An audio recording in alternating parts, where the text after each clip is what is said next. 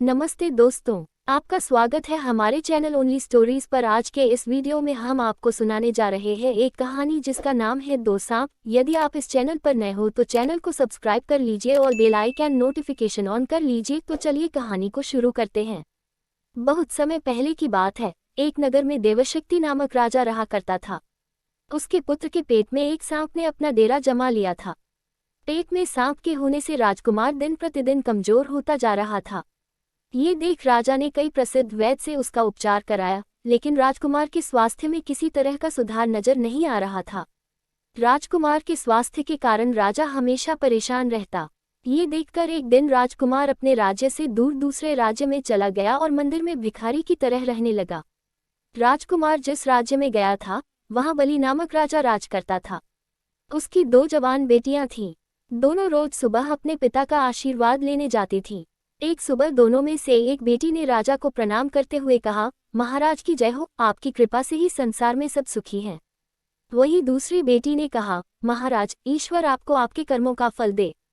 ये सुनकर राजा क्रोधित हो जाता है और मंत्रियों को आदेश देता है, कठोर शब्द बोलने वाली इस लड़की की शादी किसी गरीब लड़के के साथ कर दो, ताकि ये अपने कर्मों का फल स्वयं चख ले।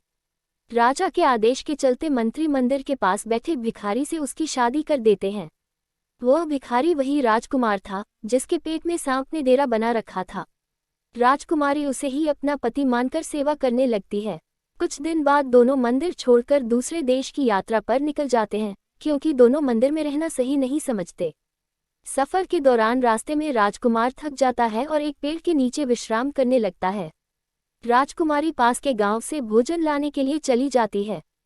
जब वह वापस आती है तो सोए हुए पति के मुंह से एक सांप को निकलते देखती है। साथ ही पास के एक बिल से भी सांप निकलता है। दोनों सांप बात करने लगते हैं, जिसे छिपकर राजकुमारी सुन लेती है। एक सांप कहता है, तुम इस राजकुमार के पेट में रहकर इसे तकलीफ क्यों दे रहे हो? साथ ही तुम खुद के जीवन को भी खतरे में डाल रहे हो। अगर किसी ने राजकुमार को जीरा और सरसों का सूप पिला दिया तो तुम्हारी मृत्यु हो जाएगी। फिर राजकुमार के मुंह से निकला सांप कहता है, तुम इस बिल में रखे सोने के घड़ों की रक्षा क्यों करते हैं, जो तुम्हारे किसी काम के नहीं हैं? अगर किसी को इन घड़ों के बारे में पता चल गया तो वो बिल में गर्म पानी या गर्म तेल डालकर तुम्हारी जान ले लेगा।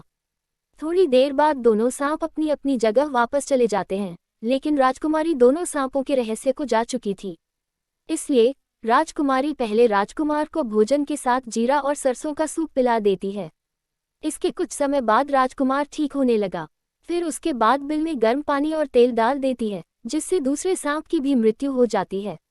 इसके बाद बिल में रखे सोने से भरे घड़े को बाहर निकालकर दोनों अपने शहर लौट जाते हैं। राजा देवशक्ति अपने बेटे और उसकी पत्नी का धूमधाम से स्वागत करता है। कहानी से सीख। इस कहानी से यह सीख मिलती है कि अगर कोई किसी का बुरा सोचता है तो उसका भी बुरा होना तय है।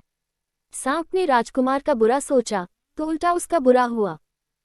यदि आपको कहानी अच्छी लगी तो चैनल को सब्सक्राइब करें और लाइक और कमेंट करना न भूलें।